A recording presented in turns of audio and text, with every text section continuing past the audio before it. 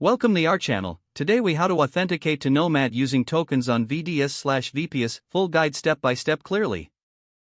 To authenticate to Nomad using tokens on a virtual dedicated server or a virtual private server, start by ensuring you have admin access to your server.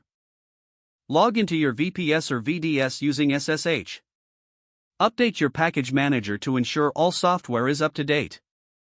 Install Nomad if you have not done so yet. You can download the latest version of Nomad from the official HashiCorp website. Once downloaded, unzip the file and move it to your system's path. With Nomad installed, start the Nomad agent in the server's client mode. Open your terminal and run the command to start the agent. Next, you need to retrieve your authentication token. Access your Nomad UI or use the Nomad CLI to generate a token for your session. Make sure to copy this token to your clipboard. Now, navigate to your Nomad configuration file. Edit the configuration file to include the authentication token under the respective section. Save the changes to the configuration file. Restart the Nomad agent for the changes to take effect. To check if authentication is successful, run a command to view the status of the Nomad agent. If correctly authenticated, you should see the agent's status as active. You have now successfully authenticated to Nomad using tokens on your VPS or VDS. This process will ensure secure and effective management of your applications on Nomad. If the page does not load, refresh the browser or try again in a private or incognito window.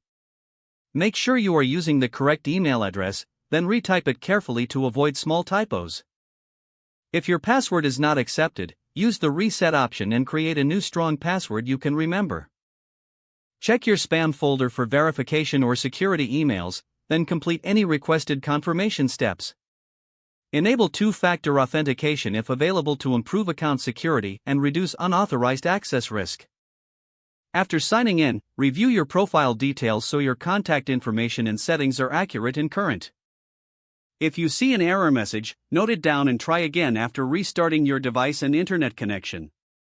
Log out when you finish, especially on shared devices, to keep your account and payment information secure. If the page does not load, refresh the browser or try again in a private or incognito window.